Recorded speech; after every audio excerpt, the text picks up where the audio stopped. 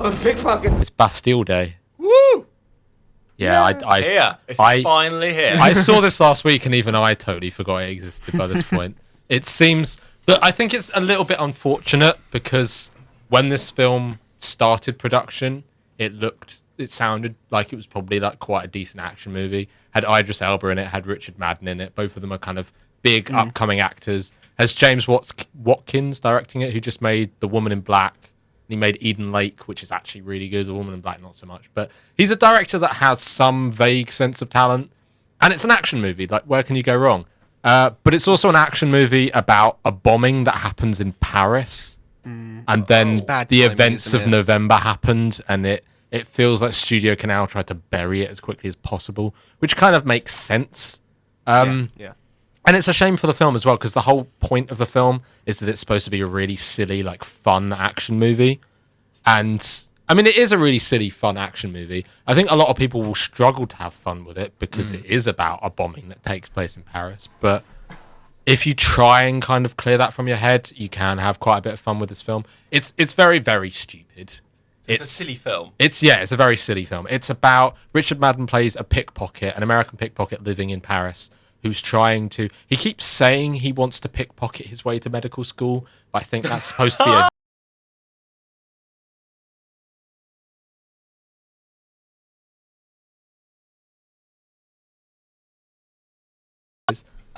which he doesn't realise has a bomb in it. And when he takes the purse out of it and throws it aside, it blows up, and suddenly he becomes the prime suspect in this bombing raid, which for some reason the CIA are in Paris hunting him.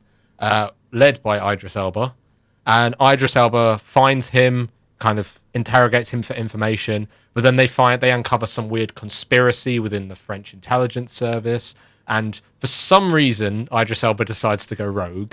It's not really clear why. The CIA are helping him, they're sending him resources, but for some reason he doesn't want to listen to them because he's reckless and irresponsible. He says that. He actually says he's reckless and irresponsible out loud at least 3 times. He sounds like a kid who wants to rebel against his parents, but his parents are totally fine with it. Pretty much, like, yeah. No, stop trying to control me. It's pretty much. No! And all the way through, every character, like the villains do it, Idris Elba does it plenty of times, they just kind of read out their character descriptions like they've accidentally been reading the description part of the script. It's really, really silly. Idris Elba's doing a ridiculously hammy, really bad American accent. I mean, he can do American accents. He's done it before. He did one in The Wire for years. That's what but which is like how he got to... Exactly. Whereas this, it sounds like someone doing a bad impression of an American. It doesn't sound good.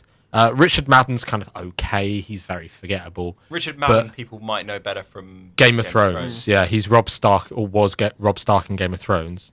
Or possibly still is Robb Stark. Everyone knows he's not in any of the trailers anymore. It's obvious. Okay. The trailers they play in cinemas.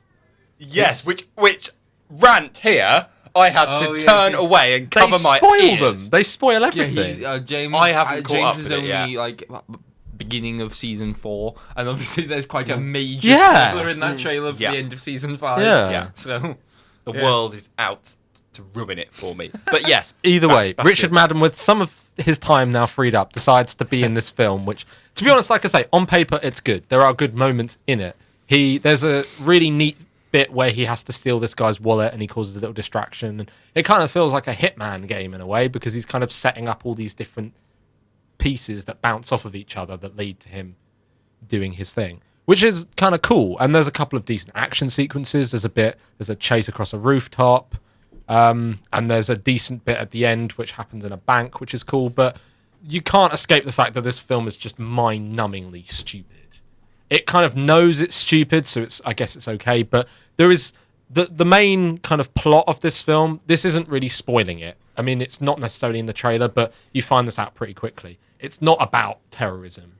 It's a front for a bank robbery. So it's kind of like Die Hard. But these terrorists / bank robbers are like French policemen. But there's this weird group of them, and they decide to, like, part of the way they hide their robbery antics is to cause big protests by, like, doing all these fake social media things. And there is literally a bit in it where the most ominous line any of the villains say is, upload the final hashtag.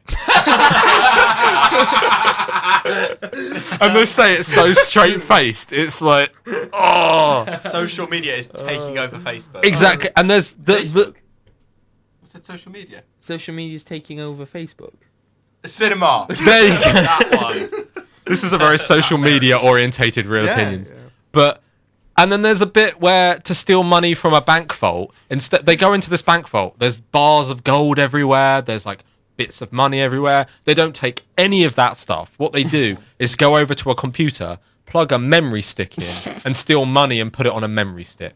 It's the tech villains. It's the tech, and it's so stupid. Like I said, there's some good action in it, but I think it is just so mind-numbingly stupid that it's difficult to get over. And then, not only is up to this point Idris Elba's good guy been actually pretty bad. He's a CIA agent that has run around Paris, beating people up, stealing civilians' cars. He also says something in French at one point, which is just horrific. And then when the film finally ends and you think, okay, it's over, he sings the theme song. It's a theme song. There's a theme song and Idris Elba raps it. Oh, it's great. It feels like a parody of itself. So yeah, I mean, it's like I say, it's not fun for the right reasons, but it is a lot of fun. So I'm gonna give Bastille Day like a 5 or a 6, probably a 5 actually, because it is just bad, but it's funny bad. So there you go. Is it Enjoyable. Yeah. Is it like fun enough that you could watch it with, say, like a group of friends or something like that? Yeah, Is it just- exactly. okay. There are lots feel of like moments where you're like, why is it like he steals? There's a bit where he steals a car from a civilian. And it's like, oh my God, he's stealing a car. He's a bad person. But then they make it okay because they find out it's a drug dealer's car.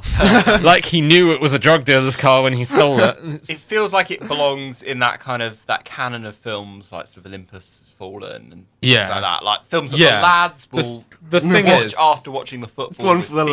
lads. kind of. It's like it's kind of like a lot of people are saying, oh, it's like Idris Elba's Bond audition tape. It's not. If this is Idris Elba's Bond audition tape, he's never going to be Bond.